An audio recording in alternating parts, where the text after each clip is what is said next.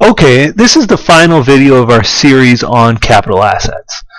In the first three videos, we learned how to do straight line amortization, double declining balance amortization, and finally units of production amortization. This video, we look at selling an asset at a gain and then at a loss, and how to deal with the journal entries of selling an asset. So let's read through the question, and it's a pretty straightforward asset purchase, and then we sell our asset a little bit later. So on March 23rd, Tony Inc.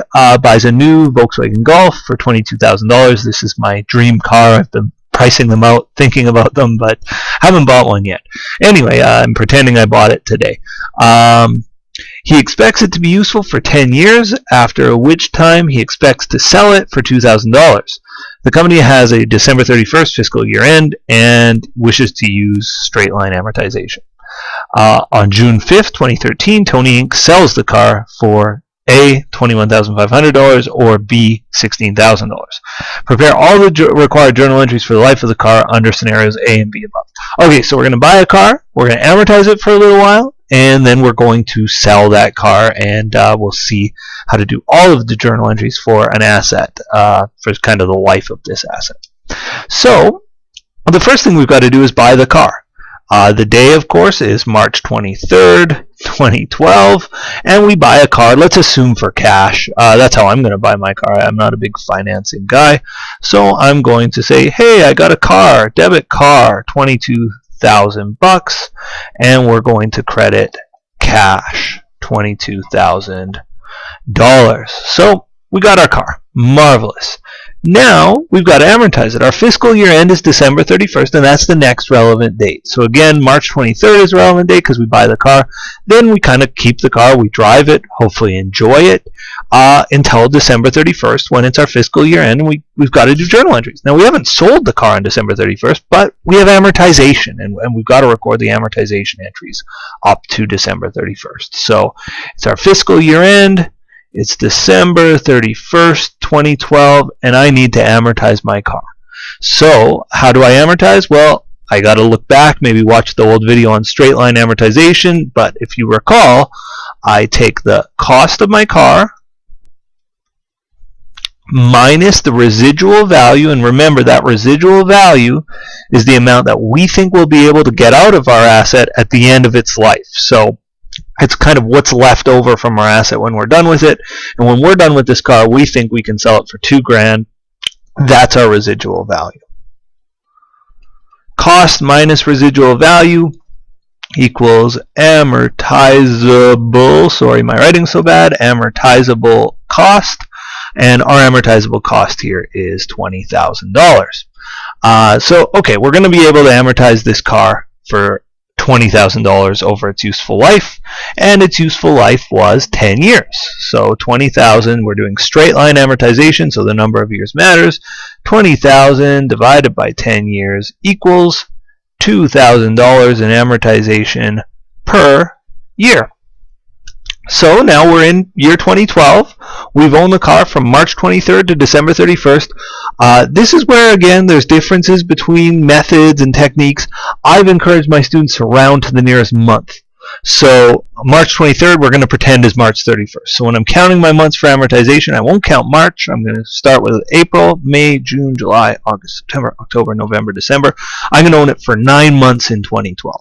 Now, a lot of classes, you might use something called the half-year rule, which means in the year of acquisition, we just pretend it's 6 months, no matter what. We just do a half year, and it all kind of comes out in the wash anyway. That's very commonly used in practice. In my text, they round to the months, so I want to be consistent with my textbook. So anyway, we're going to do 9 months worth of amortization. So we have this $2,000 asset. We want to amortize it for 9 of the 12 months of the year. 2,000 times 9/12, I can even do this one in my head, is $1,500.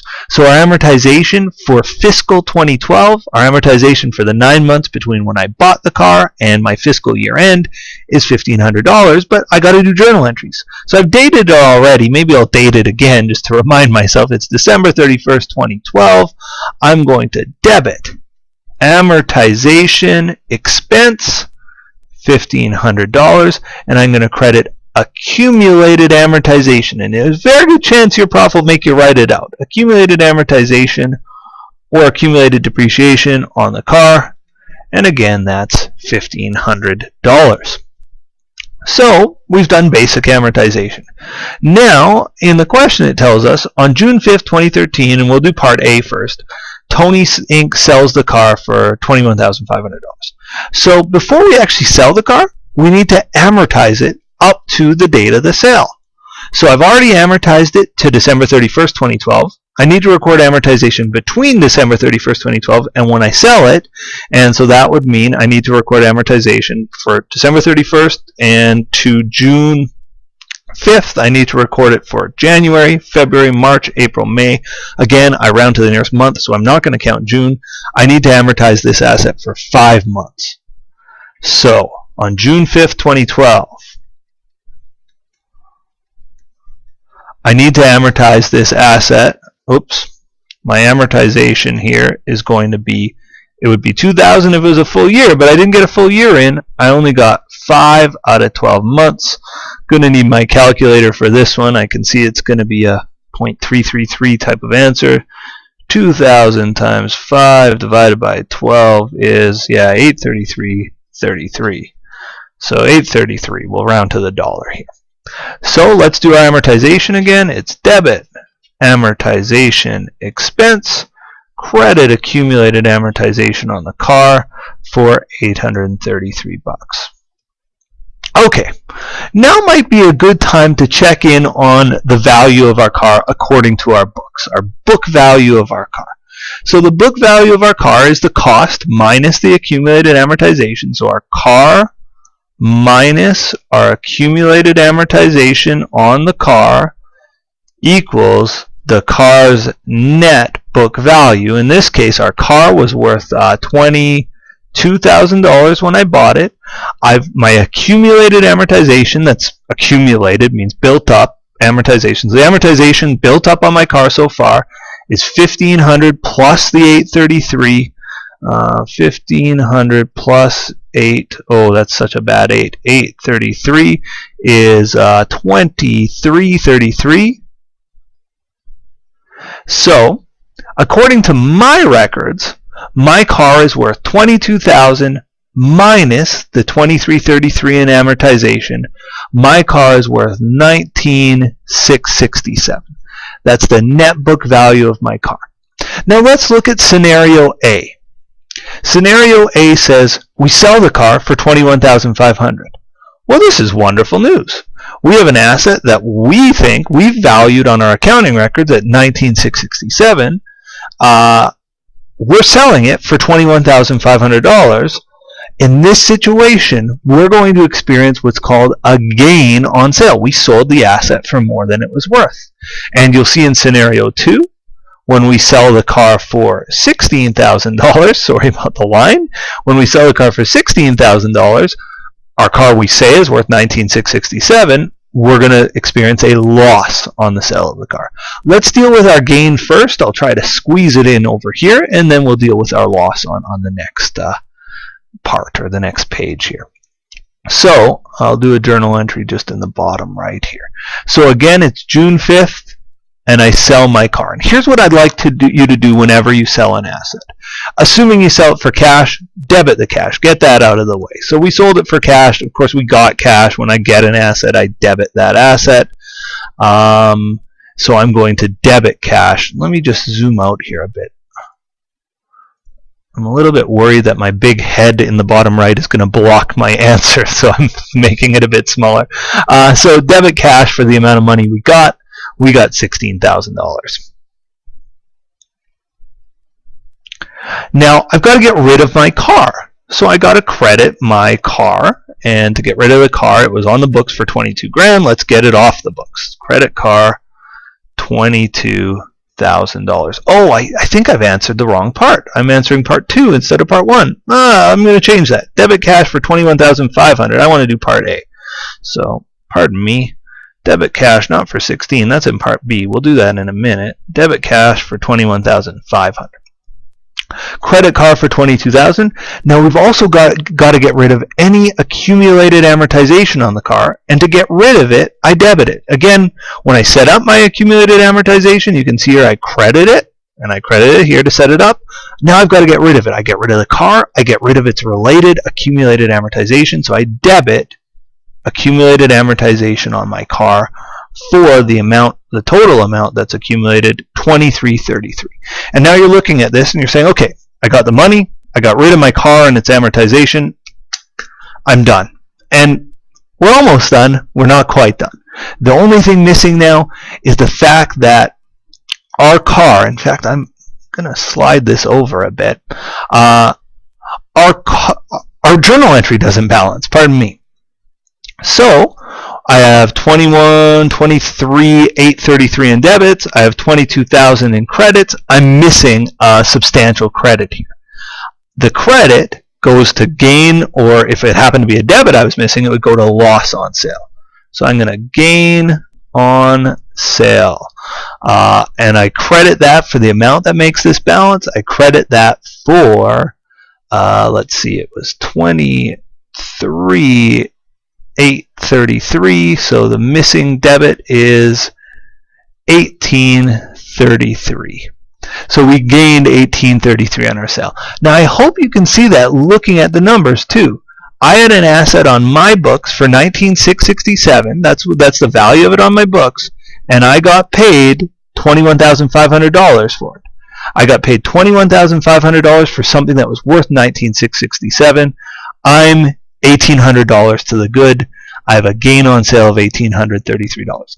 Gain on sale is a revenue on the income statement. It's like an other revenue, so it's kind of a weird revenue, but it is a type of revenue on the income statement.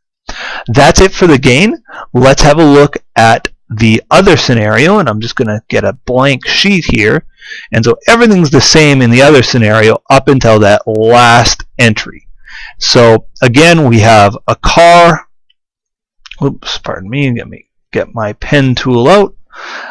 We have a car and accumulated amortization on our car. Our car is worth $22,000. The accumulated amortization on the car so far was $23.33. Everything's the same up until that sale journal entry.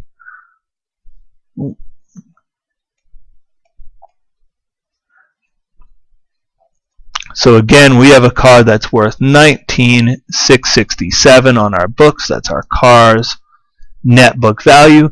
And now we sell it, but rather than selling it for $21,500, we're going to sell it just for $16,000, I believe. So let's see. Yes, we sell the car on June 5th for $16,000. Let's go ahead and sell our car. So we do the exact same kind of methodology as before. We get money for our car. So I'm going to debit cash for however much money I got, $16,000. I'm going to get rid of my car. So I'm going to leave some room because I know there's going to be more debits coming. I'm going to credit my car to get it off the books, and it's a $22,000 asset that's leaving the books. I'm also going to get rid of its accumulated amortization. Accumulated amortization is a credit account. To get rid of it, I need to debit it. So let's debit our accumulated amortization on our car for $23.33. Now again, we're done, right? We got the money, we got rid of our car, except for our journal entry doesn't balance. I have $18,333 in debits, I have $22,000 in credits. I'm clearly missing a big debit, and that debit is to our new account called loss on sale. Just like we have a gain on sale, if I'm missing a credit, if I have a loss on sale, I'm missing a debit, and here we are. So debit loss on sale for the missing amount. The missing amount is I had an asset that I thought was worth $19,667. I only got paid $16,000 for it. Therefore, I came up $3,600 short. Our debit to loss on sale is $36.67. Going back to the question, just making sure I date this thing properly. It was June 5th, 2013. So I should date my final journal entry there, June 5th, 2013. So now I've kind of gone over selling assets, either at a gain or at a loss. In Part A, we sold it for more money than it was worth on our books, more money than the net book value of the asset. We sold it for $21,500 and we experienced a gain of $1,800 and change. In Part 2, we sold it for less money than the car was worth on our books, and so we experienced a loss.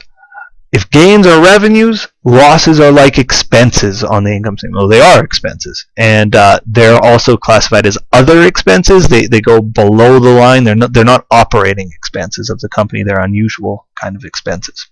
So that's all for this video. That's all for this series. I hope this has been helpful in showing you how to amortize capital assets, as well as a basic sort of loss or gain on sale transaction.